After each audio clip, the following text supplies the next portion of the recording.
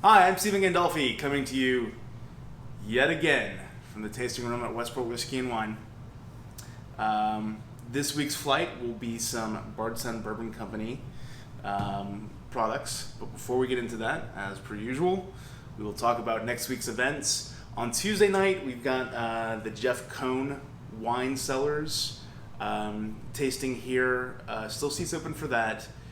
Jeff Cohn Wine Cellars, of course, known for making some outstanding Rhone-style blends. They also do a couple of Zinfandels, some other California wines as well, I believe. But seats for that should still be available. Look down here for more information. I believe it's $15 a seat this week.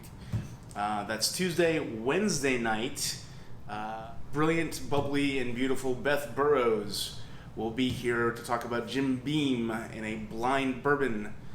I didn't have any other more B's there. It's in a blind bourbon tasting, so I'm not quite sure what the structure of this will be is. I know it's going to be blind Beam products, but Beth always does a great job, and we love having her here. So come by for that. I think $10 a person for that one. Definitely still open for that. Thursday night is bar night with Russell. Russell will be joining me here for a conversation in another couple of weeks when we talk about some scotches. But in the interim, Russell will be here Thursday night for bar night. As I continue to pass the baton on bar night, he will be doing a study in cocktails, specifically Collins's and sours this week. Moving right along, on Friday is the Bardstown Bourbon Company collaboration launch. It's going to be a project that they did with Copper and Kings, much like when they did it a couple years back. It's going to be an 11-year-old brandy finished bourbon. We will have, I think, a limited supply here. But more information about that, of course, online. Which leads us perfectly into this week's flight. Bardstown Bourbon Company. So, Bardstown Bourbon Company is fairly new in the scene. They've got a really gorgeous setup out there in Bardstown if you haven't been there. They're making their own whiskey. They're also sourcing some whiskey. Their stuff's on the young side as well, still rather these days. And actually, a good way to talk about this would be, let's talk about this first one. So this is their Fusion series. One of the things that I like about what Bardstown Bourbon Company is doing is transparency. So we know they're sourcing their whiskeys, and they give you, unfortunately not a distillery, but a little bit of Googling will help you here. We know that 40% of the distillate in this blend is an 11-year-old, 7-month whiskey with a mash bill of 74% corn, 18% rye, and 8% malted barley. You know what I'm talking about? You know what I'm talking about. Okay. That's blended with two younger whiskeys. One's a high rye, one's a wheat. And the end result is this really kind of well-balanced, a little expensive though, little whiskey in their Fusion series. I find that these whiskeys can be a bit divisive, especially when you're blending whiskeys like that. You kind of have the opportunity for different tasting notes. For the most part, though, I'm getting a lot of kind of earthy, nutty kind of notes.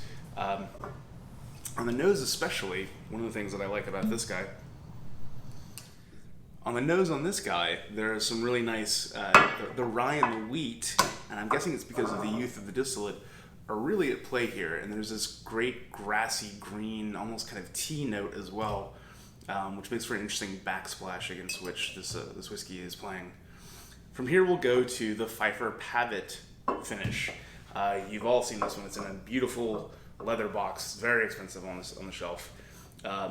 This up front, I get this big dark fruit wave of flavor with these sort of cola-y, sweet, rich fruit notes on the finish, and an exceptionally long finish.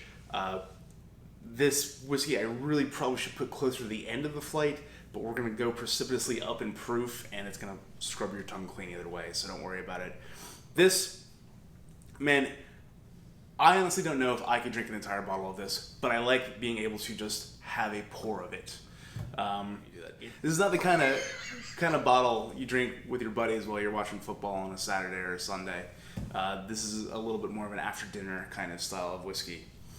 From here, we'll go back to before all of this, the original collaborations that Bardstown Bourbon Company did with Copper and Kings. So this is a 10-year-old bourbon finished in brandy casks. If you remember, this was part of a set that they did. There was also a Stell cask finished whiskey that they did. That one was very fruit forward, kind of bright.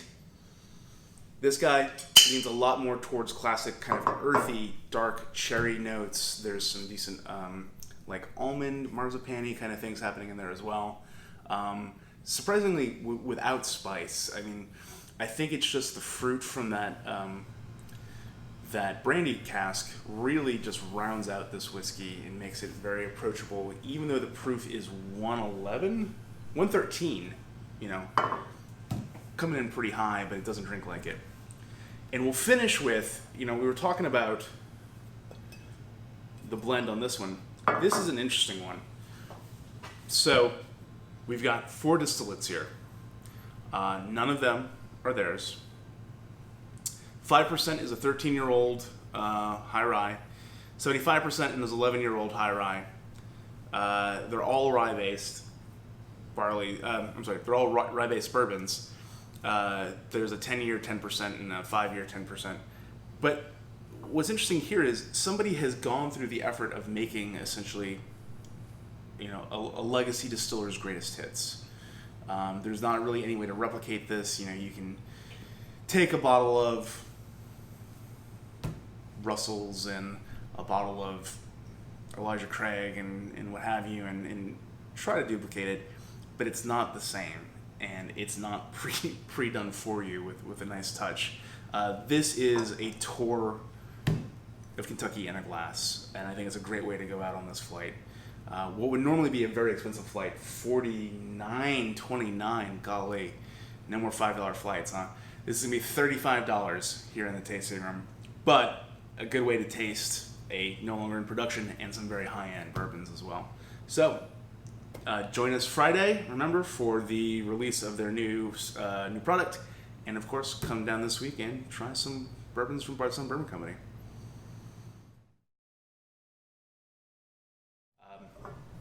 On the nose especially, one of the things that I like about this guy is there's this beautiful, I guess it's